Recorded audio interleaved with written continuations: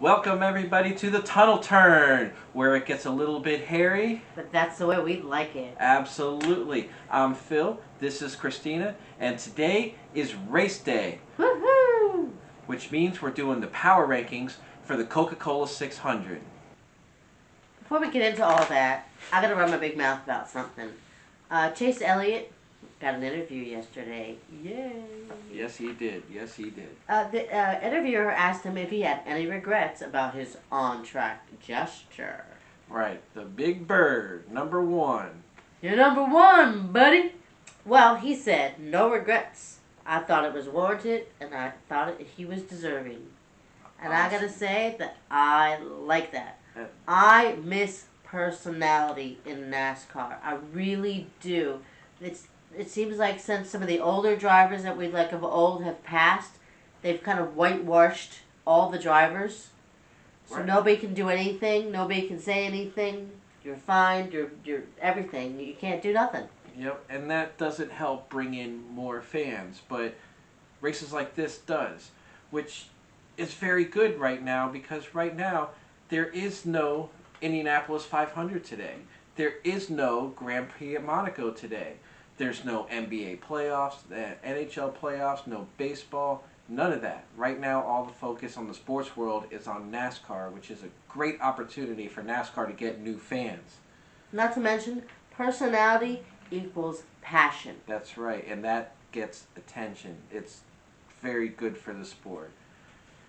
And Chase Elliott and Kyle Busch, I mean, yeah, did he mean to do it? No. I think everybody knows that. But he did it.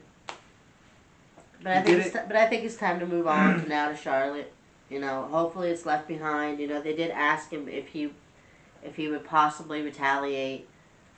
But he, no. You know, there's no reason to. You know, what is it going to really prove? What's it going to really solve? I mean, yeah, I would love to see a healthy rivalry, but I don't think it's needed. I don't think a retaliation's needed here. No, I don't see any reason for him to intentionally go after Kyle Busch. But if they're racing together on the track at the same time, it's going to be good to watch. I can guarantee you that. Oh, I'm sure Chase ain't going to be as nice to him on the track anymore. No, because Chase doesn't let anybody push him around. Kyle Busch isn't going to be any different when they're on the track. And speaking of Kyle getting into it with a Chase, what about that Xfinity race? Oh yeah, what was his name? Chase? Yeah, Chase Briscoe. Chase Briscoe. Manages to hold off Kyle Busch, pretty much the best in the business, and he held him off for those 2 laps at Darlington, and it was a battle, and he held in there, and he beat him. Yeah, give this kid his props. I mean, Kyle Busch is behind you. I mean, I know I'm probably gonna get hate for this. For an old driver, that's like having Dale Earnhardt these days behind you. That's right. When a young driver sees Kyle Busch coming on your bumper, it's intimidation. Yeah, you know he's either gonna pass you or he's gonna move you. Right. If you block him, he's gonna hit you, and it gets a lot of drivers nervous. You know, these rookie drivers, they mess up before Kyle Busch even has a chance to do anything, and Kyle Busch sails right on by for the win. And you saw, I mean, I didn't watch the entire race, but I did see the ending. I mean, Kyle was all over him. Oh, yeah. Kyle Busch ran him down. Kyle Busch almost had him clear, but he sailed it into the turn. He would not let Kyle Busch clear him. He made sure to stay on the outside of him and fought him off. It was some impressive driving. It definitely was. Absolutely. Okay, so let's get to our first ever power rankings. That's what this video is about. We each have our list of top 10s based on who we think is doing the best going into this week's race, which is the Coca-Cola 600. So without further ado, let's get started at number 10. Who do you have at number 10? Well, surprisingly, I'm picking somebody who's a rookie. He has no wins in the Cup in Charlotte, obviously, because it's his first year in Charlotte. But he does have Xfinity wins at Charlotte. He's got one there. He's got one top 5, 2 top 10s. He's led 110 laps and has an average finish of 11th in the Xfinity Series. Right. Now you're with the big boys, but I still think he's going to do well this week. I picked Tyler Reddick as my number 10. Number 10. I mean, my number 10. Number 10. That's a pretty safe number 10. You know, I went a little bit of a different direction where you went with a rookie making his first race at Charlotte. I'm going with the veteran making his last race in the Coca-Cola 600. None other than Jimmie Johnson, 7-time champion. It's his last Coca-Cola 600. This was his best track. He was the best at this track by far. You know, and he's got, what, 9 wins here? 8 wins. 8 wins. Still, the next guy has 6, I believe it is. And I know he's looking for a good finish. He's looking for a win this season. He needs a win this season to close it out. I know he made a mistake last week at Darlington, but, you know, this is Charlotte. This is his town. It was Lowe's Motor Speedway. This was his track. I think he's going to have a good race. I do like your pick of Jimmie Johnson. I went a little different direction myself. I do have Jimmie Johnson on my top 10, but I have him a little higher on the list. Okay. Well, you can't go wrong. Definitely. You know, my number 9, I have Eric Almirola. This kid's been having a solid year so far. He's 7th in points. He's got 3 top 10s. He's in good equipment. He's got it going right now. I definitely like your pick of Eric Almirola. When I sat down to make these power rankings, I've never made a power rankings before, you know. Same here. It definitely wasn't an easy thing for me. I went through a lot of thinking and... Yeah, you did a lot more homework than I did on this. Yeah, I wrote down as much stats as I possibly could, but I didn't want to do it all by numbers. You know, I wasn't sure whether I should do it by numbers, by momentum, by who I think is going to win, and so on and so forth. But Eric Almirola was in the list of drivers that I did want to get onto it, but he didn't end up making my top 10. But I was going to end up have him in my honorable mentions, definitely. Okay. So, yeah, I do agree with you. So he's your honorable mention then. Yeah, because over the last few weeks, I will say this, and all of my fact-checking, because I do write down facts, I like them. He does not have any top wins. He has no wins here. He has no top 5s here.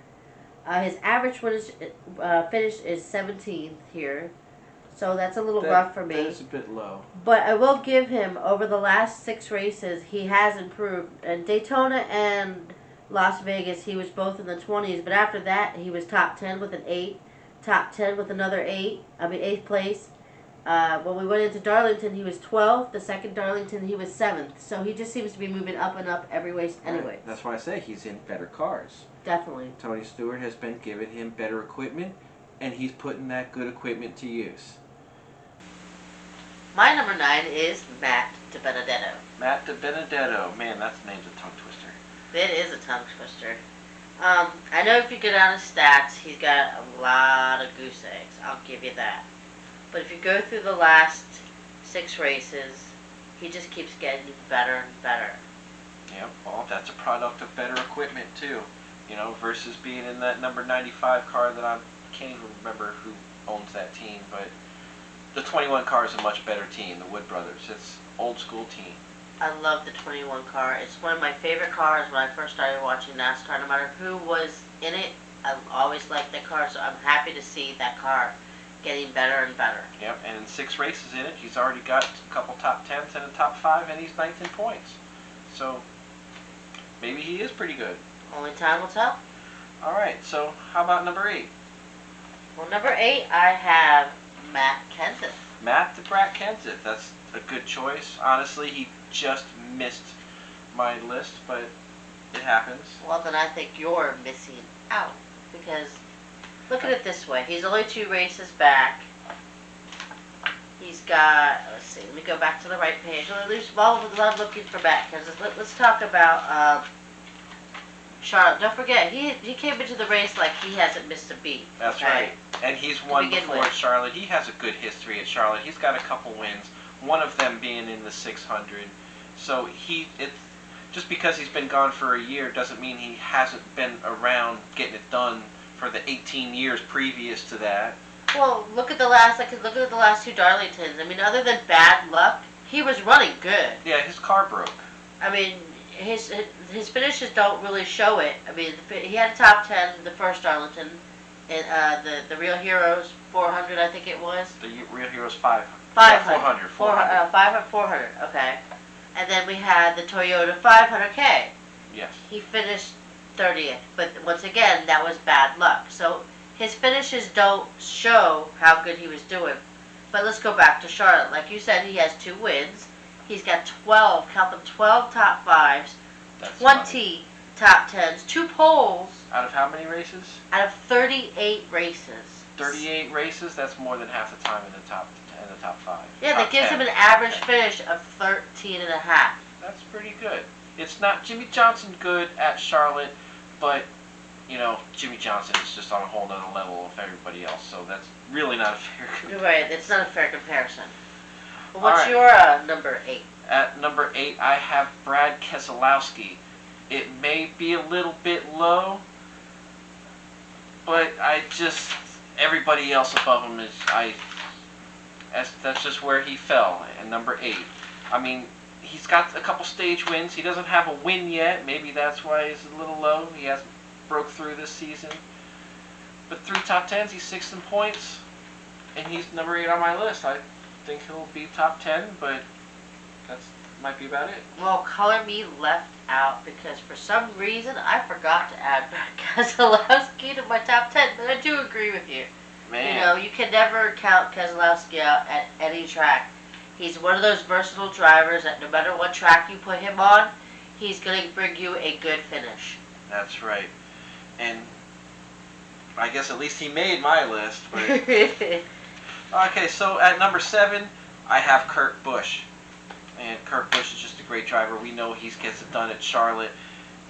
He's got great history there. He's in good equipment. Not sure what happened at Darlington on Wednesday.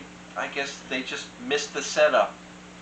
I don't know what happened because he was good on Sunday, but on Wednesday he was just invisible. But I'm not going to put him out just because of one bad race. So. As far as Kurt Busch, I do agree with you that he could be up there. He's always got the potential. You can never count out a Busch brother at any track. I don't see him either, winning or maybe a teenish type thing. Maybe if I had to really put a number on it, because you can't really put a number on it. I see him doing better at other tracks. I just don't see him having momentum right now to carry him up to such a really good finish. He was getting top 5, so there was only one bad race. One bad race could start you on a bad path if you let it, though. Well, I just don't see it happening. I still think he'll do good. So, what do you have? Well, for what number were you on? We're on number 7. Number 7, I had Joey Logano. Joey Logano only at number 7? Ooh, man, I definitely have. Once again, 10 drivers out of so many good drivers. How do you narrow it down to 10? I'm sorry. 2 wins. Yeah, but at 2 wins, I agree with you. 2 wins. And this is Joey Logano. Once again, he's that list of drivers that that's going to give you a good finish, no matter what. He's going to move you, put you out of the way. That boy is going to hold his line to make sure he gets that checkered flag on Sunday. Yeah, well, I'll get more into him when we get to where he's at on my list, because he's definitely higher on my list. Okay, my number 6 is Kyle Busch. Now that definitely seems a little low, doesn't it? That is definitely low. But you know what's also crazy? He hasn't had a single playoff point, not a single stage win or win yet. Not like he's been running bad. Yeah, but why are we counting playoff points 6 races into the season? Because playoff points matter. That's how we win championships these days. That's how he won it last year. He was accruing those playoff points, so that way when you get to the playoffs, when you have a bad race in the first round, he's still in a good spot. Let me introduce you to this guy named Kyle Busch, who wins a lot. Well, yeah, he does. So it's only fitting in the future that wins are going to come for him.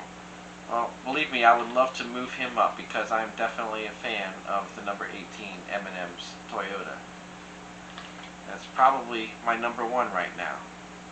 But his performance, I mean, although he did finish 2nd, you know, but I don't know. I don't know. What do you have at number 6? I don't know. I think Darlington's becoming the race that time forgot. Anyways, my number 6 is Jimmie Johnson. Jimmie Johnson. Well, that's This not is too why high. I felt like you were. I still think I'm even a little, high on the list with him, or low on the list with him. Everybody knows Jimmie Johnson could win at any track. What's 5-time champion? 7-time. Excuse me, I forgot to. Whew, what the hell have I been?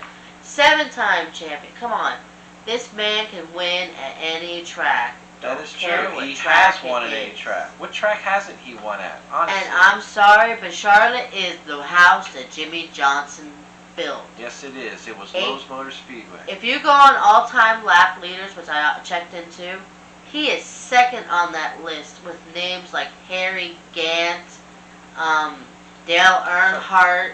So wait a minute. How many laps does he have led? He has 1,930 laps led at Charlotte. That is impressive. That is impressive. I mean, let's not count the 8 But wins he already has. I have him down to 10 because his performances lately, he's been making mistakes. Exactly, but just like you said earlier in your own arguments, this is his last shot at the CocaCola 600. That's right. So he's going to keep coming, no doubt about it. He's going to keep coming. Definitely. But he has been making mistakes, but that's good. That's good. How about number 5? Number 5, with top 5. We're in the top 5 now. Okay, yes, now this remember. is the top 5. These are where the big hitters are. Right. Now, when I was saying, like earlier, when I was telling you that it's hard to pick 10, it was hard to pick. You could throw these 5 down. Okay, I threw out 5 names right off the bat, but how do you put them in order? Right. Any one of these 5. At least in my 5. I'm not sure what she has, but in my 5, any one of these 5 can win this race. Any one of these 5 can win this race. Well, my top 5 starts with Martin Truex Jr. Martin Truex Jr. He's on my honorable mention because he got... How the heck do you leave Martin Truex Jr. out of Charlotte? 3 wins, by the way, in the last 3 years at Charlotte, okay? 972 laps led, just behind Jimmie Johnson. 7 top 5s, 11 top 10s. He's not having the greatest finishes this year, but Charlotte is his track. Yeah, I'll give you that. And hey, if he runs well and wins, then he'll definitely be up here next week when we're talking about the next, or not next week, Wednesday at Charlotte. Well, do not count him out this Sunday, and do not count him out Wednesday. Yep. All right, so now I have at number 5 the man who just won on Wednesday, Denny Hamlin. Does that seem a little low to you? I'm back and forth on Denny Hamlin because I like a winner going into a race as a winner because you got that momentum going behind you, and momentum is a very powerful thing for anyone. And Denny Hamlin's a really good driver. Once again, handful of drivers that can win at any track. He's won, 3 Daytona 500s now? Not to mention And this 2 year's races Daytona this year. 500. So he's definitely good. That's why he's in the top 5. Like I said, he can win. But at Darlington last week, was his car really a winning car? No, it was a top 10 car. But it was a very good move that got him the win. But in reality, it was a top 10 car. But that's what... Reality or not, the reality is he was in the right place at the right time to win the race, and that's what you need to be. It doesn't matter if you're the fastest car doesn't always win the race. Yep. You need to be in the right place at the right time, making the right moves, and that's what he did. Yep. Well, I have him at 5. At number 4, I have Alex Bowman. Alex Bowman. Yep, this kid, he's been looking really good this year, and I have a feeling he is going to be a championship contender this season. He's in Hendrick cars. You know, between him and Chase Elliott, they are probably the 2 best at Hendricks right now. But Alex Bowman, he's getting it done. He's won a race this year. He's just looking good. I agree with you. He does have a win this year, and he was second at the first Darlington top 10. He was 18th at the second Darlington. Well, he had some issues. Yeah, he did have issues, so I will give him that. I wanted to add him to the top 10. It's the same thing. How many drivers can you squeeze into 10 drivers? So Alex Bowman isn't even on your top 10? Well, he was in my honorable mentions once again. You know, I put him on. He's in the list of people that I went through. You know, trying to boil down. How do you fit 10 drivers into to Charlotte? And now I'm in my top 5. You know, I want my top 5. These are the guys that I think that are going to go up there and definitely win the race. And I just don't think that Alex Bowman is going to go past. All right, so lay it Jimmie on Johnson. me. So lay it on me. Who's your 4? Number 4, the new love of my life. The man I scream for every Sunday, Chase Elliott. Chase Elliott. That's. I know it's a little low. I have him at 3, so I don't think it's that low. But you got to remember who we have left, and then I guess if you hear my top 3, maybe. If he wins a race, if he wins, I'll put him number 1. I'll say that right now. From number 3, I'll put him number 1 if he wins. He's carrying on a lot of momentum. You know, obviously, we want to go back to Darlington again. We keep going back to Darlington. He should have won the race. Okay, whether she should have, could have won the race, we're over that. He finished 38th. Let's call that his mulligan, okay? Let's go back the last 3 races before that. The first Darlington, he was 4th. The Phoenix, he was 7th. Yeah. He's up there. California, California, he was 7th. Phoenix, he was 4th. So he's got the potential to win. He's right there every race. He just keeps getting on the wrong end of bad luck. Right. Because he's got it's proof is in the pudding that he's running well. He's got 3 stage wins. He's leading NASCAR in stage wins right now. So he's got consistent fast equipment. Just a couple finishes, bad luck. Yeah, 3 out of 6 finishes, bad luck. So if you're half and half, but he's going to be right there. Trust me. On Sunday, yeah. He will be up there. Oh yeah. So and he can definitely win this race. So okay. So who do you have at number 3? Number 3, I have Denny Hamlin. The recent winner. Yes, I mean it goes back to the same thing. Momentum is a good thing to carry you into another race. Wins do tend to multiply. Yes, they do, and he's got 9 top 5s here. You know, 17 top 10s. He's led 377 laps. I think he's due for a win here. Yeah, and there's only 2 drivers with 2 wins, and he's one of them. That is true. You know, my number 3 is Chase Elliott. You know, I know he hasn't won yet, but man, he should have won Darlington. That's straight up. That's all I can say. He should have won Darlington, but hey, we already went over what happened. He got wrecked. It is what it is. But he had the car to beat. He was in the right place at the right time, but Kyle Busch made it the wrong place at the wrong time. But today is a new day. Yep, he set that's all himself we can watch for. Today, I see him up there all day. He's going to be if he's out of the top 5 at any point in the race, I'll be shocked. You know I'm not going to argue with that. Right. So, number 2, I know you had him down there, but Joey Logano, he's won Las Vegas, which is 1.5, similar track. He's got 2 wins. He's got the playoff points. He's got the finishes. He's got the runs. He's just been getting it done. So he's number 2. I mean, you're not going to get an argument out of me. You know, I agree with you for all the same reasons.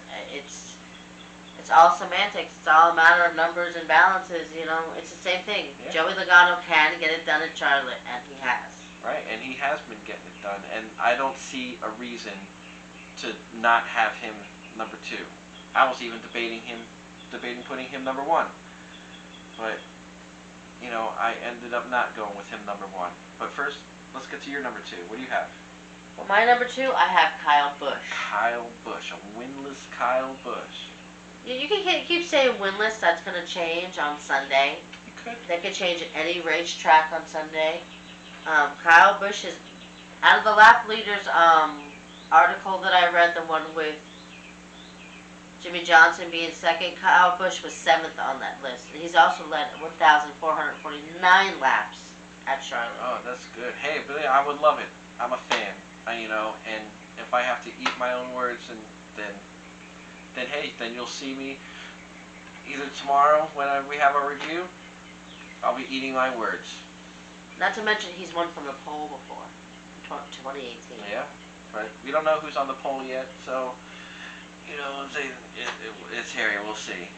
So I think he's definitely befitting of number 2. All right, so it's time to get to our number 1. I'm going to let you go first, even though there's a good chance we have the same guy, number 1. It is? My number 1 is Kevin Harvick. I mean, who else? It has to be Kevin Harvick. Just for the sole fact that we've had 6 races this year, every one of them top 10. And 4 top 5s. He leads in that. He's got a win. He's getting it done. I mean, I'm not the biggest fan, but he's getting it done. I can't not put him number 1. Well, let me add to your stats here since we're talking stats. He's got 3 wins at Charlotte, okay? 8 top 5s, 17 top 10s, 542 laps led. Yeah, no reason to think that he's not going to be running up front today. No reason whatsoever. Yeah. Definitely. He's my winner for today. All right. Well, as far as my winner, I'm going to go Joey Logano as my winner today. I know I have him 2 behind Harvick, but just to go different, I'm going to go with Joey Logano as my winner. Well, we'll see at the end of the race. That's it for our power rankings. Wow, that was a lot harder than I thought it was going to be. Yeah, it was a little tough, but it was definitely fun, and I enjoyed it, and I can't wait to do more of these. Me too. Well, anyway, thank you for watching our video today. If you have watched, thank you for joining into us. If you liked our video, please like, subscribe, tell your friends about us. Help us get going. We're a new channel. We're trying to get out there, and trust me, it only gets weirder from here. Yep, and that's right. Remember, the qualifying starts at 2. The race starts at 6 today. It's going to be a long one, but it's going to be a good one. Buckle up. Yep. Get your dinner early because it's going to be a long night. Yep. Thank you so much for passing through the tunnel turn. Until next time, enjoy the race. Go Chase!